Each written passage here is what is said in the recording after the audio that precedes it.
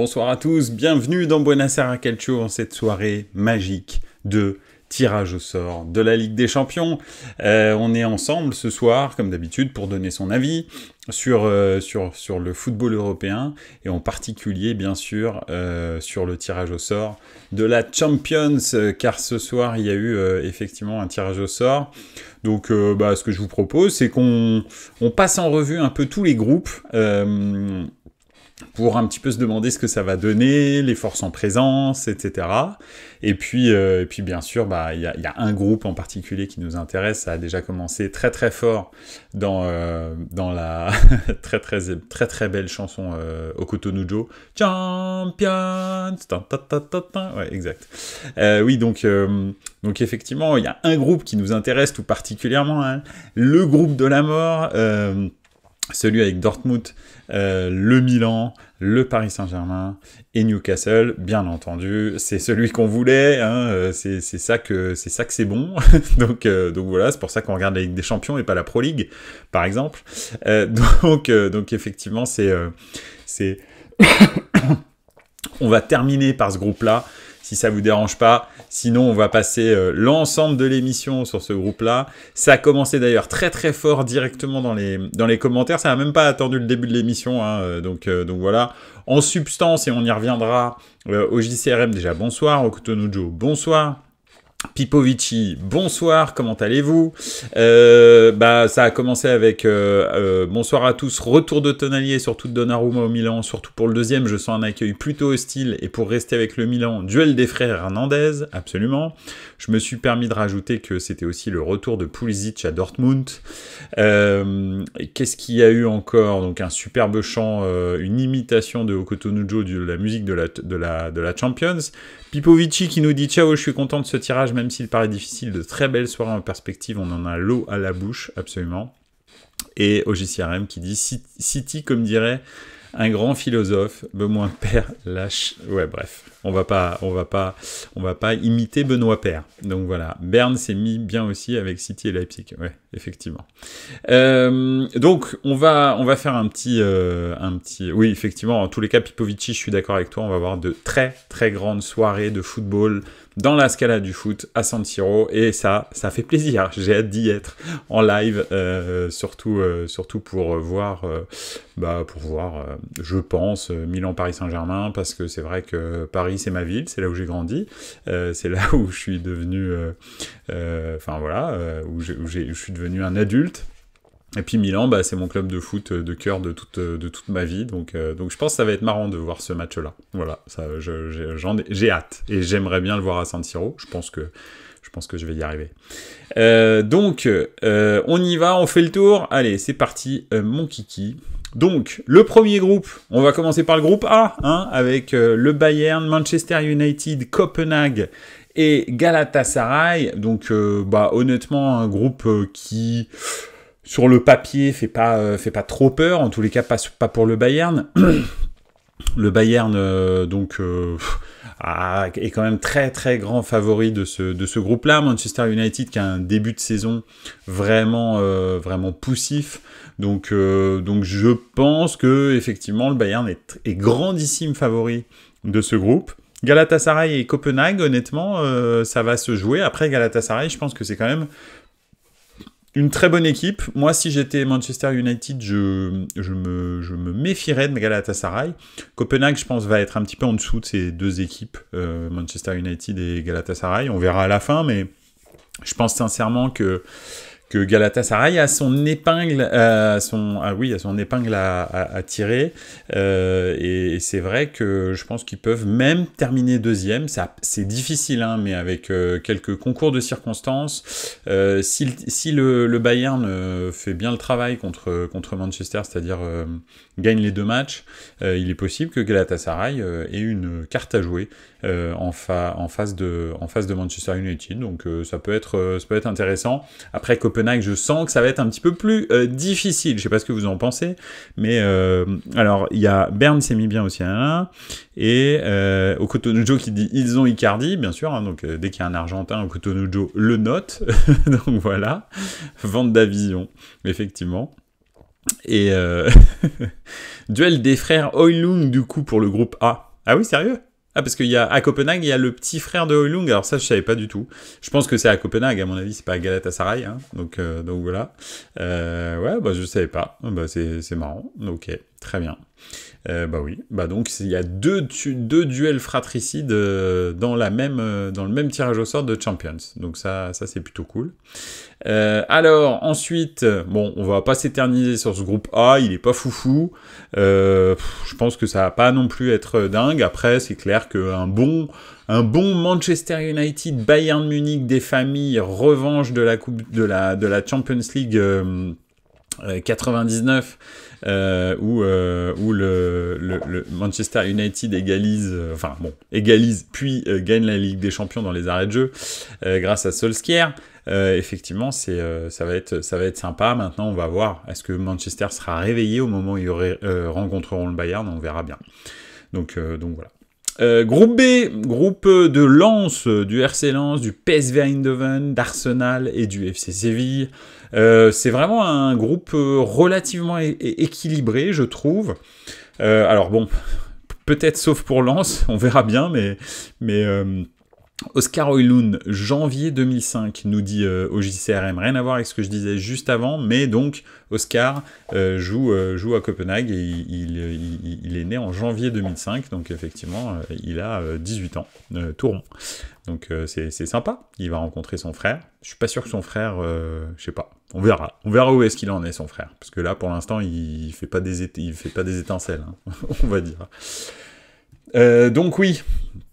Groupe B, Séville, Arsenal, PSV, RC Lens. Alors j'insiste, j'ai revu encore le match hier, PSV Rangers, c'était incroyable comme match, ils les ont déglingués, c'était fou. Ce PSV fait vraiment très peur. Donc je pense que je les vois bien sortir du groupe avec Arsenal ou Séville. Arsenal, sur le papier, on va dire, a une meilleure équipe que Séville, mais on sait que Séville, quand il y a la Ligue des Champions, ou quand il y a la Coupe d'Europe, pardon, qui est là, bah on sait qu'ils sont quand même très très chauds. Maintenant, leur équipe a été très amoindrie à cause des problèmes financiers. Donc je parierais pour un PSV numéro 1, Arsenal numéro 2 et Séville en Europa League, comme d'hab, pour aller la gagner, bien entendu, comme d'habitude. Non, je rigole, mais peut-être, hein, allez savoir. Et le RC Lens, malheureusement, bah, en tous les cas, ils ont des opportunités, c'est pas des monstres qu'ils ont, donc contre Séville, ils peuvent prendre des points, et contre le PSV, je pense qu'ils peuvent aussi les accrocher. Arsenal, ça va être un petit peu plus compliqué, mais je vois bien quand même le PSV. Franchement, j'ai été ultra impressionné par le jeu du PSV Eindhoven hier et au match aller. Donc je sais pas pour vous, mais moi j'étais vraiment impressionné. Alors un petit tour dans les commentaires. Je jouais à PES 2006 à ce moment-là, quand Højlund est né, oui, effectivement. Pipovici, bon tirage pour Lens, aucune pression, ils n'ont rien à perdre. Oui, effectivement, et puis ils n'ont pas pris City, Real, et puis Milan, par exemple. Donc, franchement, c'est jouable, franchement. Ils peuvent prendre quelques points, donc voilà. Oui, ils ont bolossé les Rangers hier, effectivement, ils se sont fait déglinguer. Sco 13, bonsoir, bienvenue, ça fait plaisir que tu sois là. Le PSG ne passe pas les poules. Écoute, on va en parler, ce sera le dernier groupe qu'on va aborder, donc t'inquiète, on va aborder le sujet. Très bon PSV, ouais, absolument, au Cotonou, super fond de jeu, incroyable. Le PSG, lui, pour une fois, a beaucoup de pression à l'inverse. Ouais, effectivement, là, en poule, ça va pas forcément être facile de terminer premier, ça, c'est sûr. Moi, je dis 1 Arsenal, 2 Lens. Ouais, au JCRM, t'es vraiment gentil avec le football français, parce que je pense que Lens, déjà, s'ils prennent 1 point, c'est bien, ou peut-être 2. Allez, s'ils font 2 matchs nuls contre Séville, ou 1 match nul contre le PSV, hein, contre Séville, c'est pas mal, déjà. Donc, voilà, moi, je trouve que l'équipe de Lens a été considérablement amoindrie avec les 2 départs de leurs meilleurs joueurs, hein, très clairement, Fofana et Openda. Donc je trouve que ça tourne pas. Ça tourne pas, je trouve pas ça efficace, mais bon. Ceci dit, l'OM non plus. Oui, effectivement, ils vont pas passer les poules, ça c'est clair. Ça va tomber contre le Servette, c'est sûr. Qui Séville, tu veux dire, ou Lens. Okotonuja, oula, oui, ça va être dur pour l'OM alors. Ah oui, d'accord. Probable. Oui, l'OM contre le Servette, effectivement, c'est possible. Donc voilà. Écoutez, donc ce groupe-là, Séville, moi je dis PSV, Arsenal, Séville, RC Lens. Voilà, je dis dans cet ordre-là. Le PSV, vraiment super, super équipe. Voilà. Et puis je trouve pas que dans ce groupe, il est vraiment meilleur qu'eux. Alors Arsenal, oui, mais ils n'ont pas d'expérience du tout en Ligue des Champions, ce groupe. Donc je pense que ça va leur faire bizarre. Ça va leur faire bizarre. Donc voilà. Un groupe super intéressant, c'est le groupe C. En tous les cas, intéressant pour les 2 premières places. Quoique, on va voir que peut-être, voilà, il y a peut-être des trublions. Naples, Real Madrid, Braga, Union Berlin. En fait, c'est intéressant parce que Naples et Real, bah, honnêtement, je sais pas trop qui va prendre la première place parce que le Napoli joue très bien encore. Et ne s'est quasi pas affaibli, excepté pour Kim. Et le Real, lui, clairement, est dans une position assez compliquée. A une bonne équipe, bien sûr, mais plus de goal, plus de défenseur central, pas de numéro 9, plus de Vinicius, en tous les cas pour les premiers matchs. Donc, je sais pas, ça va être compliqué. On verra, mais en tous les cas, la lutte pour les 2 premières places va être vraiment intéressante. Et Braga et l'Union Berlin, ce sont 2 très bonnes équipes. Donc ça va être compliqué de prendre les points pour un Real peut-être amoindri, un Naples qui doit confirmer un peu son statut de leader du groupe. Donc je sais pas, honnêtement ça va être et très serré pour le 3e, 4e place et très serré pour la 1re et 2e place. Même si, comme ça, je dirais Naples, Real... Braga, Union Berlin. Pourquoi Braga? Parce que, alors c'est vrai que ça fait longtemps qu'ils sont pas venus en Ligue des Champions, mais c'est quand même un club qui a la culture Ligue des Champions. Donc probablement que ça, voilà. Après, ah oui. Alors attends, parce que là j'entends parler de Bonucci. OM Servette en Europa. Le but du jour est Truglion. Ah ouais? Non, Trublion, j'ai dit, avec un B. Truglion, non. Mais Trublion, oui. Bonucci qui retrouve direct un club italien et le pire ennemi de la Juve, mort de rire. Oui, c'est vrai. C'est très marrant, effectivement. Et Vinicius, grosse blessure musculaire plus protocole de reprise, long terme sick. Effectivement. Sneakers PSG, merci. Bonjour, merci d'être là, c'est cool. On va donc Sneakers _ PSG. On va aborder le PSG un petit peu plus tard dans la soirée. Ça va être le dernier groupe qu'on va faire, hein, parce que c'est quand même celui qu'on attend tous. Donc on va en parler un peu plus. En tous les cas, voilà. Naples, Real, Braga, Union, un petit peu comme ça a été tiré. Je trouve que celui-là, je le vois bien dans cet ordre-là. Donc voilà, bref, on verra bien. Le groupe D, un groupe plutôt ouvert, en tous les cas pour les 2e, 3e et 4e places. Benfica, Inter, Salzbourg et Real Sociedad. Donc très clairement, je vois et de très très loin l'Inter favori de ce groupe. Benfica en revanche a fait plutôt une bonne intersaison et puis ça a toujours été une équipe qui joue très bien au foot ces derniers temps. On l'a vu la saison dernière avec le Paris Saint-Germain par exemple en poule, bah c'est eux qui ont terminé premier de la poule. Donc voilà, ils se sont pas fait complètement piller cette année, excepté Gonzalo Ramos, je veux dire dans les gros joueurs, excepté Gonzalo Ramos qui est parti au Paris Saint-Germain, mais ils se sont plutôt renforcés aussi. Donc j'aurais tendance à dire Benfica après l'Inter, mais Salzbourg c'est plutôt bien, hein, vous savez, c'est l'école Red Bull, pardon. Et donc effectivement, c'est toujours très compliqué à jouer. Alors Milan a recruté Okafor de Salzbourg, donc peut-être que ça va être, je sais pas si ça va leur plaire ou pas. Alors on y va, les petits commentaires. Naples premier parce que le Real, ils se mettent pas la pression pour finir premier. Ils savent que ça change pas grand-chose pour les 8e.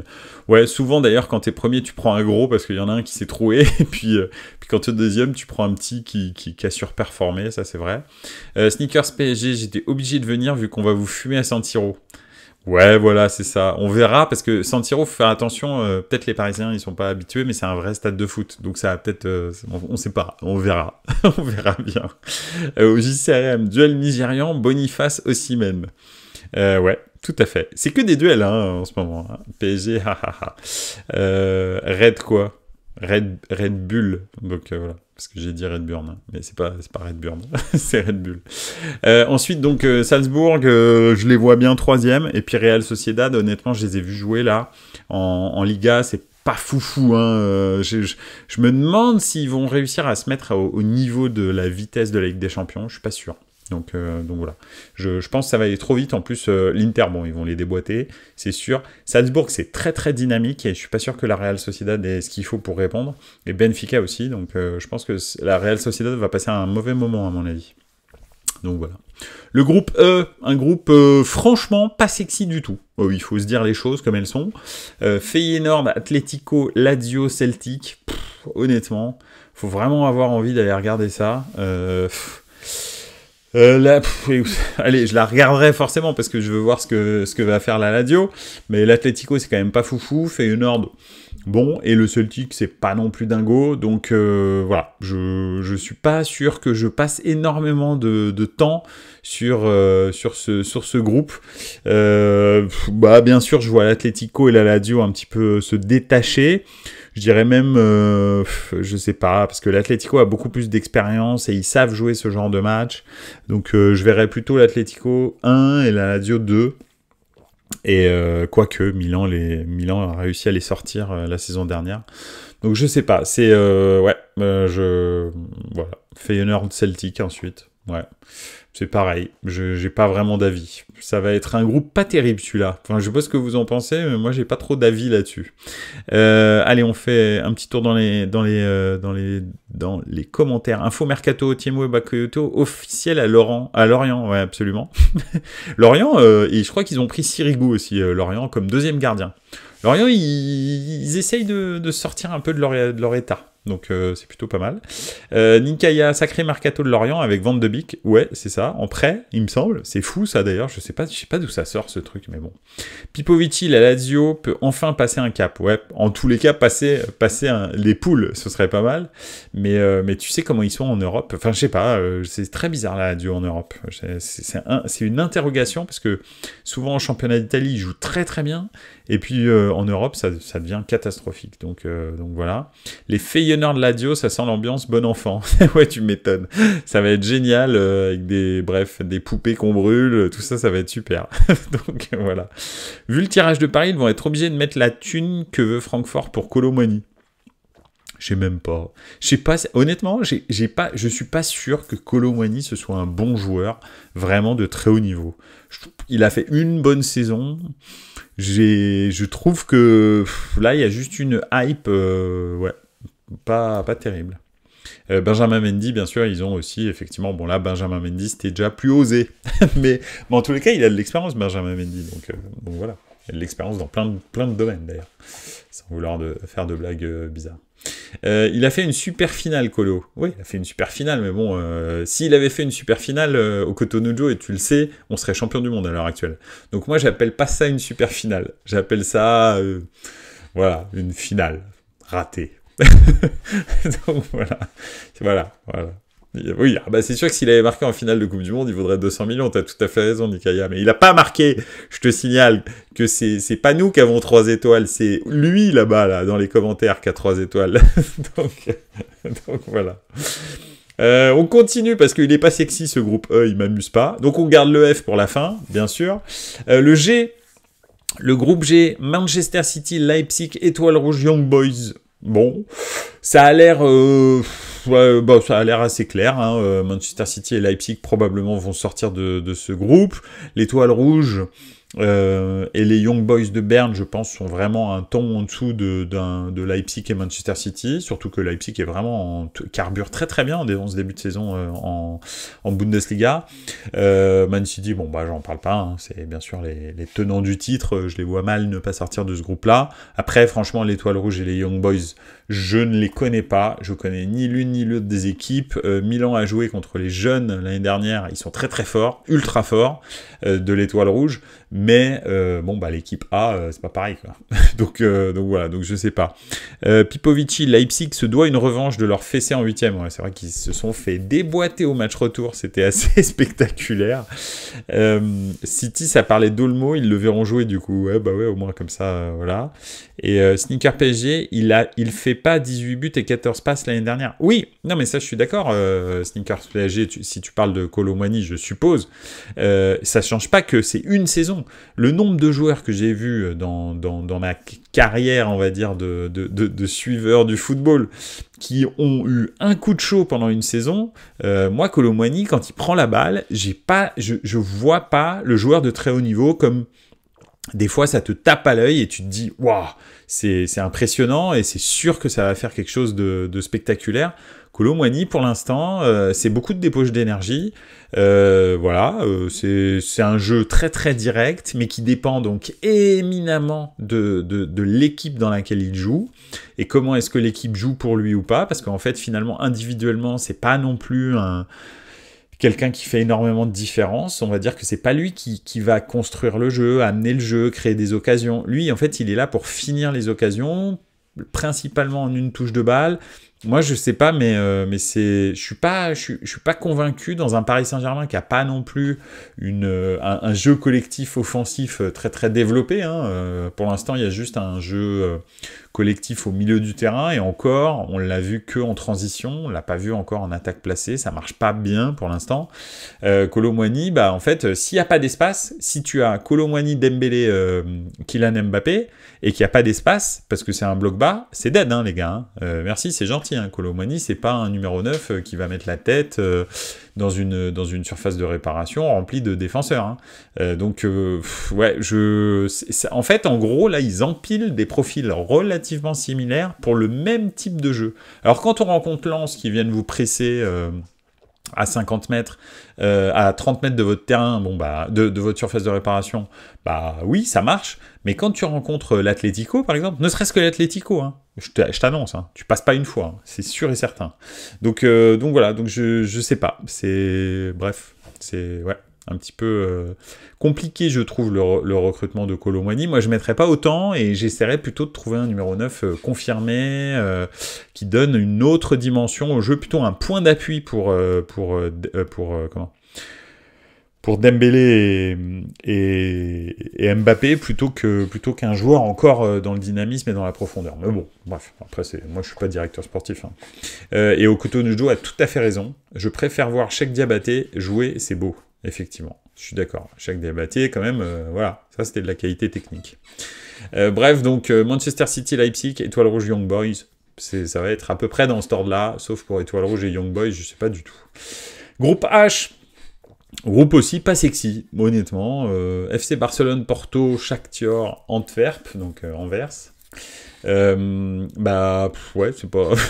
Franchement, ça fait pas non plus... ça met pas des étoiles dans les yeux, franchement. C'est un peu embêtant qu'il y ait autant de gros dans le groupe F, parce qu'en fait, on aurait pu les disséminer un peu partout, à gauche, à droite, et avoir vraiment des groupes un peu plus piquants, parce que c'est vrai que le groupe E, le groupe G, le groupe H, ouais, c'est à peu près tout.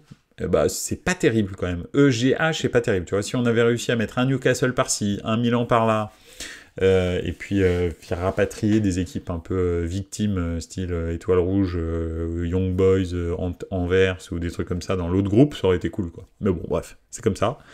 C'est les boules blancs, les boules chaudes et les boules froides, on n'y peut rien.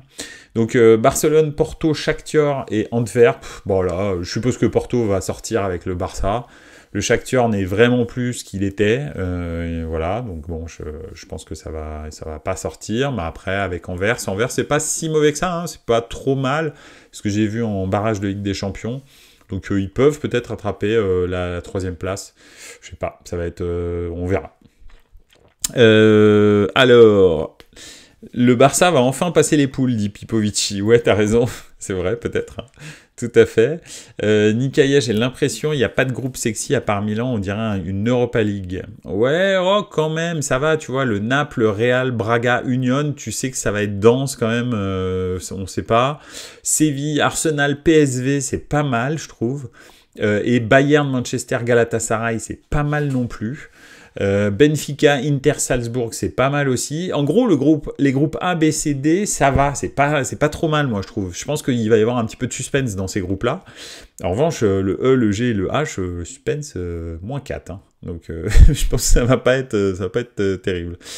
OGCRM, c'est l'ancien madrilène Pepe qui est content. Il a entendu Barcelone, il est prêt pour les tacles assassins. Ouais, il va péter des tibias dans tous les sens. Espérons que ce soit pas Yamin Lamal qui prenne. On verra, hein, tant pis pour lui. Mais voilà, le pauvre vient de débuter sa carrière. Sneakers PSG, c'est clair qu'au niveau audience, ça n'a pas été incroyable. Non, G, H et F, c'est pas terrible.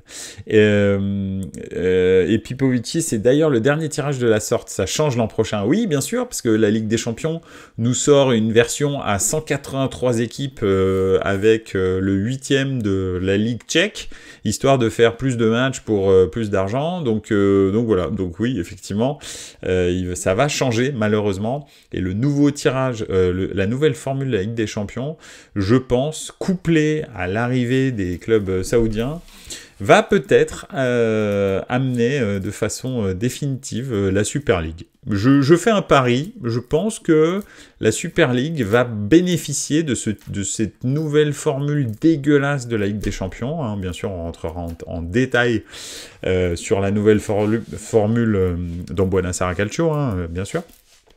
Dès qu'elle sera vraiment définitive, et puis voilà, donc voilà, avant la fin de saison, quoi, on fera ça. Et je pense que entre les clubs saoudiens qui veulent absolument se frotter aux très très gros clubs européens, et puis cette version dégueulasse, bah, je pense que là, ça va définitivement être l'avènement de la Super League. Mais bon, ce n'est que mon avis.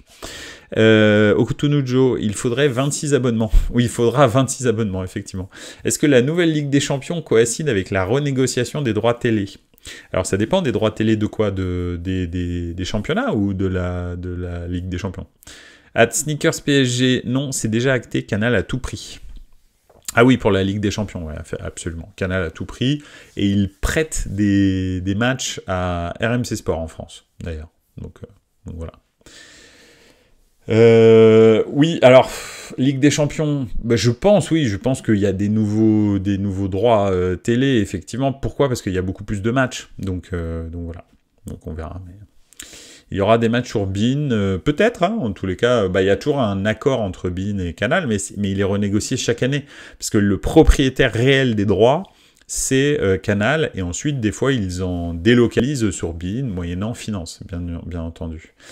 Sneakers PSG, Ligue des Champions, Europa League, Canal à tout prix, effectivement. Et des fois, ils prêtent des matchs un peu à RMC Sport et à beIN. Donc voilà. Cette année, par exemple, beIN a toujours la deuxième affiche, troisième affiche, quatrième affiche, mais la première affiche est toujours sur Canal le mardi et le mercredi, il me semble. Donc voilà. Je ne sais pas comment ça sera la saison prochaine, vu qu'il y aura 60 matchs par soirée. Je ne peux pas te dire.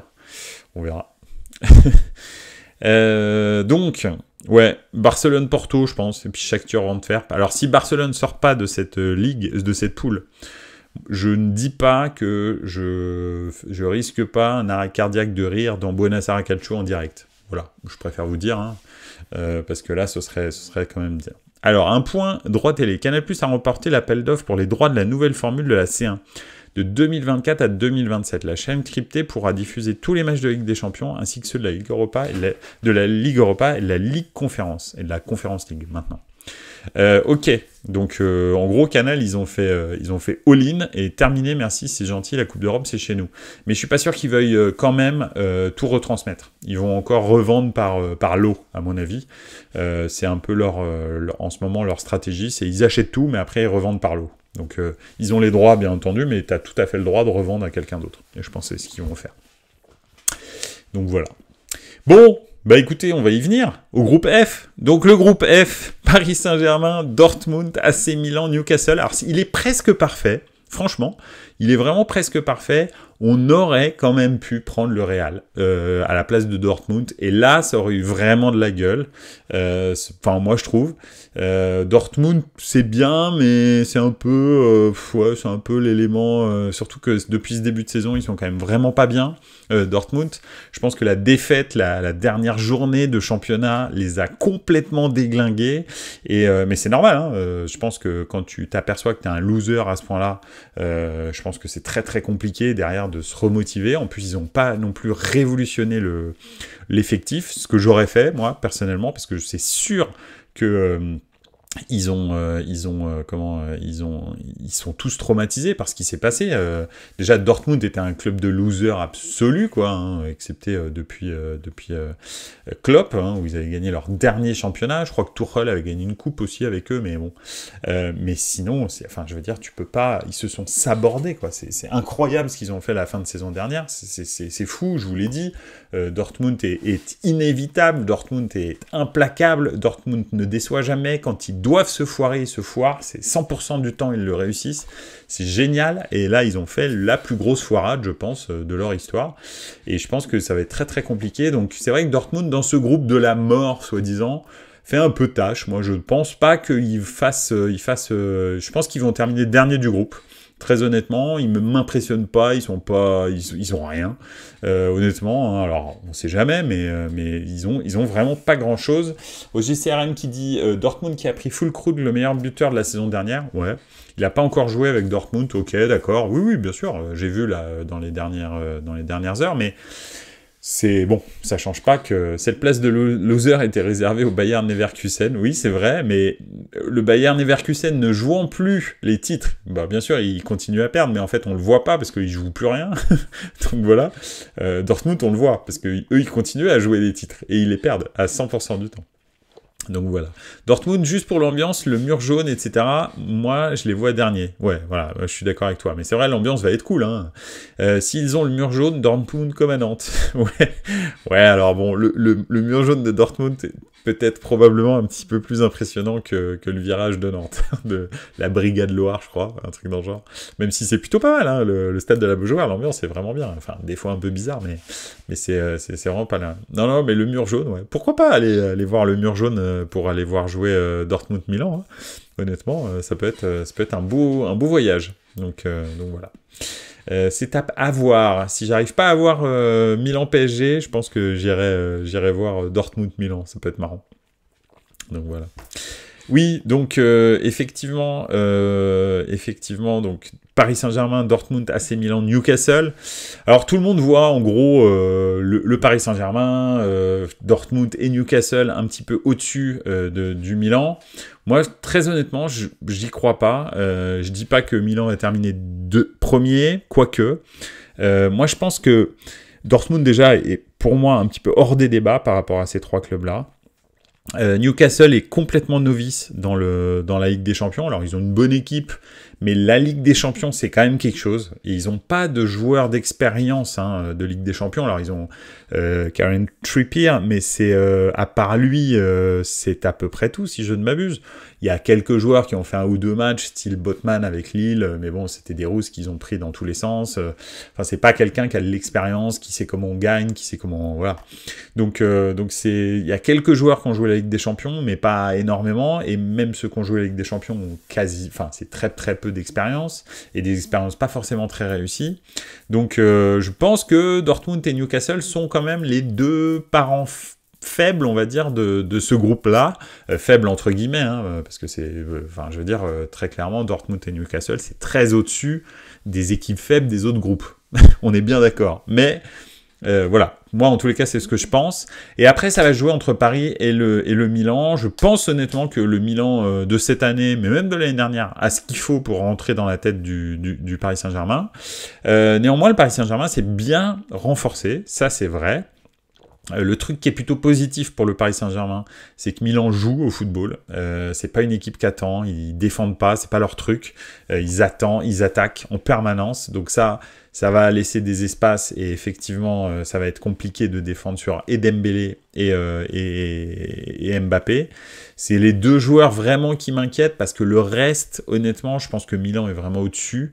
Quoique, Raphaël Leao, est-ce qu'il a réellement quelque chose à envier à Dembélé? Je suis vraiment pas sûr. Je pense qu'il est beaucoup plus fort que Dembélé. Donc, voilà. Je pense que ça va vraiment être équilibré, les matchs entre Milan et Paris. Pas du tout déséquilibré. Et j'aurais beaucoup de mal à me dire... laquelle des deux équipes va terminer premier du groupe. Voilà. Mais en tous les cas, j'ai vraiment bien l'impression que Paris et Milan sont au-dessus des deux autres, même si c'est un club de première ligue, même si, etc. Et puis, bien sûr, on en parlait tout à l'heure, le retour de Donnarumma à San Siro, ça aussi, ça va être quelque chose qui va avoir une incidence. Je disais tout à l'heure à un ami que j'étais quasi sûr que Gigio sera soit suspendu, soit blessé pour le match à San Siro. Je ne vois pas venir jouer ce match où il sait ce que c'est que San Siro et il sait comment il va être reçu, parce que là, ça va être terrifiant. C'est pas un petit peu terrifiant. J'ai vu des joueurs se faire accueillir à San Siro, type Çalhanoğlu, avec lequel les supporters de Milan avaient beaucoup moins de liens de liens émotionnels que Gigio, qui est l'enfant du club, etc. Gigio qui a mené en bateau les supporters du Milan en faisant des déclarations d'amour, de oui, je vais re-signer, c'est le seul club de ma vie, pour finalement signé au Paris Saint-Germain. Il va prendre quelque chose comme ça va être très très rare. Je pense que ça va être du niveau, peut-être pas du niveau, mais quoique on va s'en approcher du niveau de retour de Figo au Camp Nou par exemple, quand il a été transféré au Real. C'est déjà quelqu'un qui est fragile émotionnellement, Gigio Donnarumma, mais là ça va être terrifiant ce qu'il va vivre. Moi j'ai entendu par exemple presque 20 minutes dans un derby. J'étais dans le stade dans un derby milanais. Çalhanoğlu se faire insulter sa mère pendant 20 minutes d'affilée, non-stop. 80 000 personnes qui chantent la même chanson. Je vais pas vous la chanter parce que voilà, c'est quelque chose de terrifiant à vivre. Hein. Çalhanoğlu, il savait plus comment il s'appelait. Hein. Il touchait plus un ballon, il faisait plus rien. Hein. Il y a un moment donné, en fait, c'est très compliqué de continuer à jouer au football quand tu entends ça. Tout le temps, et 80 000 personnes qui sautent et qui chantent ça, je pense que Gigio, il sait ce qui va l'attendre, et je pense qu'il sera pas là. Honnêtement, je pense que ça sera le gardien numéro 2 du Paris Saint-Germain, ou s'il est là, très honnêtement, je pense qu'il va faire foirer le match. C'est sûr. J'en suis quasi certain. Il va faire une bourde, il va faire un truc. Donc voilà. Tonali, ça va être aussi très compliqué pour lui au niveau émotionnel. Je pense pas que le public milanais l'accueille de façon négative. Ou en tous les cas, pas trop négative. Je pense qu'une partie va peut-être un peu siffler, parce qu'il y a des gens qui se sont sentis un peu floués sur le fait que finalement c'est quand même plutôt Tonali qui a décidé de partir à Newcastle. Milan lui a pas vraiment forcé la main en tous les cas. Donc voilà. Donc je pense qu'en revanche, lui, ça va lui faire très très bizarre de ne plus porter le maillot milanais et d'être à San Siro. Je pense que le match à Milan, ça va être très compliqué. Très très compliqué. Alors on va faire un petit tour dans les commentaires.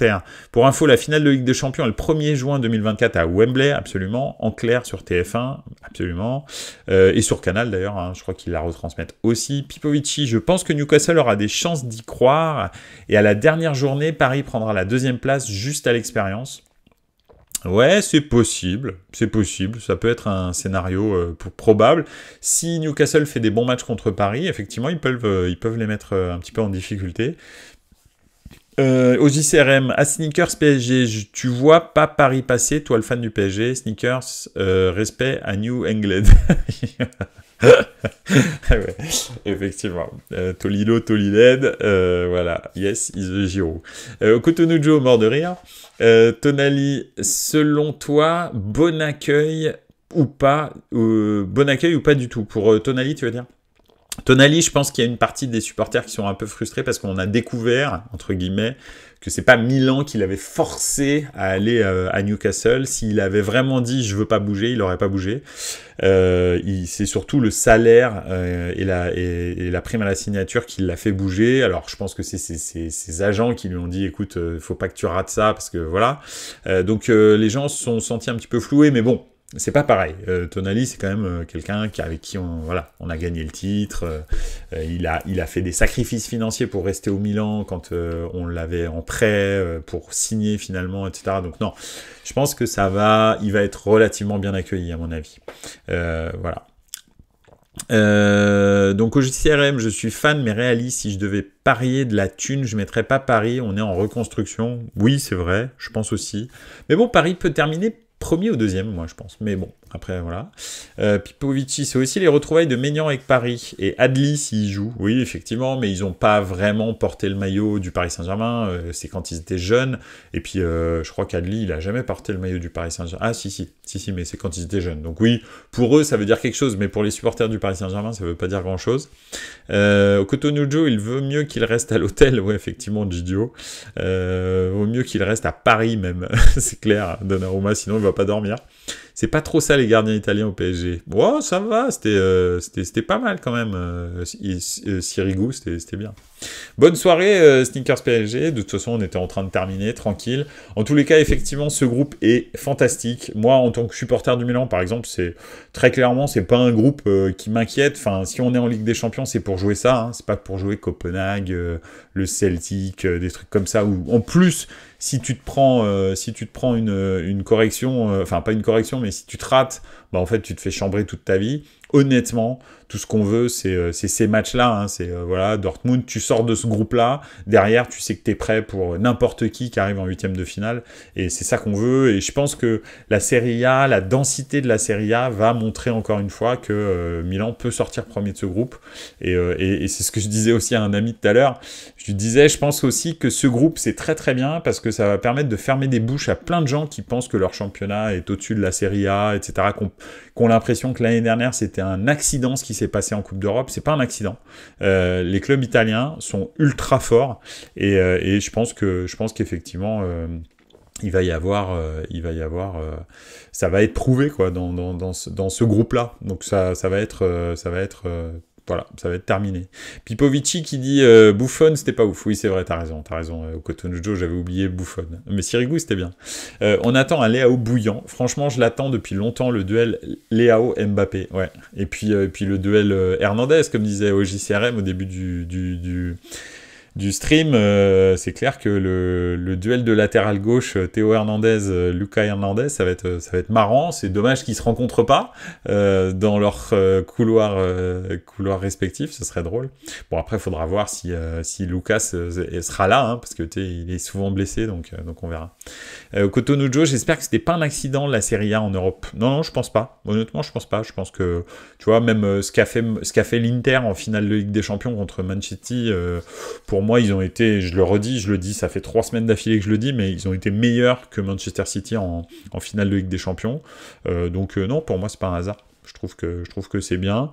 Et en tous les cas, c'est la Ligue des Champions va commencer avec ces matchs-là. Le premier, je sais pas quel jour, enfin, je sais quels jours seront les matchs, mais pour l'instant, le tirage au sort réel des matchs, aller-retour, etc., est pas encore fait. Ce sera début de semaine prochaine qu'on le saura, soit samedi, soit lundi, soit mardi. Donc ça va être trop top quoi. Tous les soirs, tous les mardis et mercredis soirs, il va y avoir des matchs de fou encore une fois. Moi je suis trop content, j'ai trop hâte que la Ligue des Champions recommence. C'est vraiment pour ça que je regarde le foot. Alors j'aime beaucoup le championnat de Serie A, j'aime bien regarder les autres championnats parce qu'il y a des beaux matchs de temps en temps.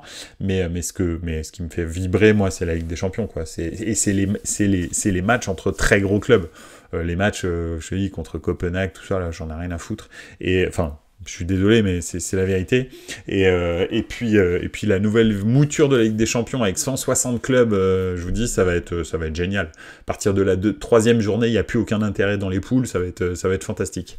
J'ai hâte. Je suis dégoûté d'ailleurs qu'ils nous refassent un truc comme ça. Je me souviens encore de l'époque où on avait 2 phases de poules différentes. C'était super chiant et super nul. Parce que 2 fois d'affilée, tu avais des matchs. À partir du 3e match, il n'y avait plus aucun intérêt parce que tu savais qui était le premier et qui était le deuxième des groupes. Donc, je ne sais pas si vous vous souvenez de cette période-là, c'était dans les années 90. Juste entre 93 et 98, je pense. Donc voilà. Donc ouais, bref. Et la Ligue 1, alors, qu'est-ce que tu veux que je te dise, moi, de la Ligue 1 ?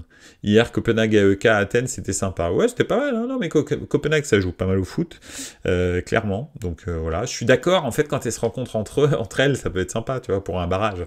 Mais bon, ce qui fait vraiment vibrer, c'est un Real Naples, c'est un Milan-Paris, par exemple, mais pas que. C'est un Manchester City, je sais pas, Bayern, des choses comme ça, quoi. Donc voilà. Ça me fait pas vibrer la Ligue 1. Non, j'ai la faiblesse d'avouer que non, ça me fait pas vibrer. Après, c'est comme ça, hein. C'est comme ça. Lille menait 1-0. C'est bizarre, ça. Parce que pourtant, les clubs français en Europe, ils sont quand même assez forts. C'est surprenant. Et puis bon, après, tu peux pas vraiment leur en vouloir, parce que Rijeka, c'est quand même du lourd. Je pense qu'en termes financiers, ils sont au-dessus d'eux, quoi, à mon avis. Puisque apparemment, les clubs français, ils disent qu'ils gagnent pas les Coupes d'Europe parce que c'est à cause de l'argent. Donc, je pense que Rijeka, le Panathinaikos, tout ça, c'est quand même des budgets monstrueux, quoi. Bref. Je vais terminer là-dessus. Voilà pourquoi j'aime pas la Ligue 1, par exemple. Donc voilà, je vais terminer là-dessus. Et puis voilà, en tous les cas, j'ai vraiment hâte de reparler de Coupe d'Europe avec vous. La prochaine fois qu'on va se voir, ça va être lundi. Et lundi, bah, c'est permis. Pourquoi ? Parce qu'on va avoir de super matchs dans le week-end. Si on prend ne serait-ce que la Serie A, ce week-end, on a quand même Inter Fiorentina, Naples, Lazio et Milan, Roma. Donc franchement, ça vaut le coup. C'est quand même pas de la gnognotte. Ça va vraiment être des super matchs. On va y voir un petit peu plus clair aussi dans le championnat d'Italie. Et puis en Angleterre, on n'a pas de très très très gros choc, qui en tous les cas pas samedi, peut-être dimanche. Ah oui, quand même. Il y a un Arsenal Manchester United dimanche à 17h30, pas piqué des hannetons, allons-nous dire, donc ça va être plutôt pas mal. Union Berlin RB Leipzig aussi, hein, pour un choc du haut de tableau. Donc voilà, c'est plutôt bien. Et un Lyon PSG à 20h45 quand même, si on doit parler de la Ligue 1. Ça peut être bien. En Espagne, en revanche, je crois que c'est un peu calme plat. Ouais, c'est ça. Il y a aucun gros qui se rencontre. En même temps, des gros, il n'y en a pas beaucoup. Il y en a 2. Non, j'exagère. Il y en a 3, mais 3-4, quoi. Mais voilà. Donc, et le Bayern qui recevra le Borussia Mönchengladbach. Mais voilà. Bon, c'est un duel de Bavière, quoi. Voilà. Écoutez, je vous souhaite une excellente soirée. Merci beaucoup d'avoir été dans les commentaires. Ah, quelques petits commentaires quand même. Ok, viva il calcio, absolument. Romain Milan, tout à fait, mon Pipovici. En Angleterre, un Newcastle Brighton, oui, ok. Mais Brighton s'est fait déglinguer à la dernière journée. Alors bon, on verra Ansu Fati, c'est déjà ça. En Ligue 1, Monaco-Lens samedi surtout. Ok, ouais, d'accord. Pipovici, ce qui sera dur pour Milan, c'est les gros du championnat entre chaque match de Champions. Ouais. Il y a un enchaînement, je crois. Juve, championnat, Naples. Juve, match de Ligue des Champions, Naples, à un moment donné, dans les phases de poule, là, ça va être génial. Ça va être super. Okutonujo, bonne nuit. Salut, bonne nuit. 3e journée de Champions, ils ont Naples avant et Juve juste après. Voilà, oui, c'est dans l'autre sens, t'as tout à fait raison, Pipovici. Et Okutonujo, Atalanta, Monza. Je suis vraiment désolé, Okutonujo, mais bon, là, c'est pas le plus gros match de Serie A, quand même. Donc voilà. Mais il va être bien, quand même, il va être bien. Écoutez, je vous souhaite une excellente soirée. Merci beaucoup d'avoir été là. Ça a été un plaisir de partager tout ça avec vous. Et puis on se revoit lundi. Et n'oubliez pas, ciao les gars, ciao, ciao.